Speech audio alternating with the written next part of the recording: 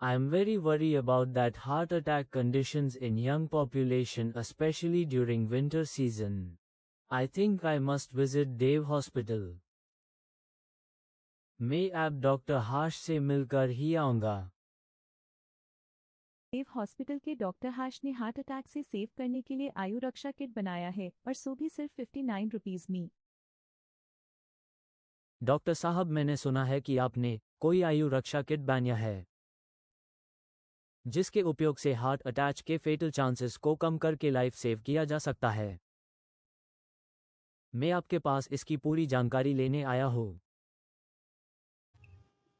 जी हाँ, आपने बिल्कुल सही सुना है। देव हॉस्पिटल पर हमने एक आयु रक्षा किट का निर्माण किया है।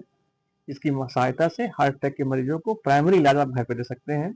इसमें सॉर्बिटेट 5 mg की गोली, नाइट्रोग्लिसरीन और एट्रोवास्टेटिन को हमने इकोस्प्रिन के साथ में कंबाइन करके एक आयु रक्षा किट का निर्माण किया है।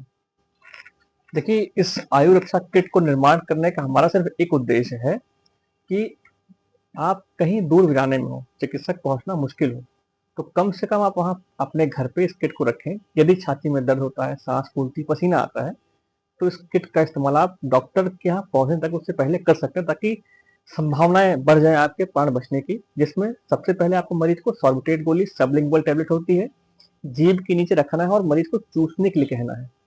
मरीज को आप अगर पेशेंट लेटने का कंडीशन में है तो 45 डिग्री पर बेंड कराएं, लेटाएं या आगे झुक के बैठने के लिए कहें। दूसरा काम, एट द सेम टाइम आपको इकोस्पोरिन और एट्रोवास्टेटिन गोली को खोल के मरीज के मुंह में डाल देना है और उसे चूसने के लिए या घोटने के लिए कहना है।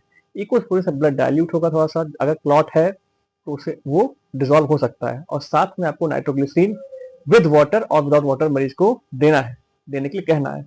सॉर्बिटेट से आपकी पल्स नियंत्रित होगी, ऑक्सीजन की डिमांड थोड़ी सी कम होगी, इकोस्पोरिन से आपका क्लॉट गलेगा। साथ में नाइट्रोग्लिसरीन आपको ये सहायता करेगी कि अगर क्लॉट दोबारा कहीं न कहीं बना हुआ है, सेकेंडरी क्लॉट है, आपको कई बार पहले से हो चुका है, तो आपके चांसेस बढ़ जाएंगे आपकी जान बचने के। और ये प्रक्रिया आप अस्पताल पहुंचने तक लगातार मरीज को दवा देते रहें। और घर पे अगर पल्स ऑक्सीमीटर हो तो आप मरीज का पल्स और SpO2 मॉनिटर करते रहें। इस किट के फायदे कितने हैं आप समझ चुके हैं मेरी बात से। क्यों और किसको देना चाहिए? पेशेंट अगर आपका 45 या 40 प्लस में भी है, चेस्ट पेन बताता है, पसीना आ रहा है, अचानक से कोलैप्स की कंडीशन बन रही है, तो यहाँ आप ये दे सकते हैं। कब दे सकते हैं? जब भी पेन हुआ, पेन होने के 1 मिनट के अंदर आप ये देना ट्रीटमेंट शुरू कर दें। हो सकता है पेशेंट को प्राइमरी पेन हो तो राहत हो जाएगी उससे। तो आप ऐसे कर सकते हो और अपने चिकित्सक की सलाह फिर आगे आप लें।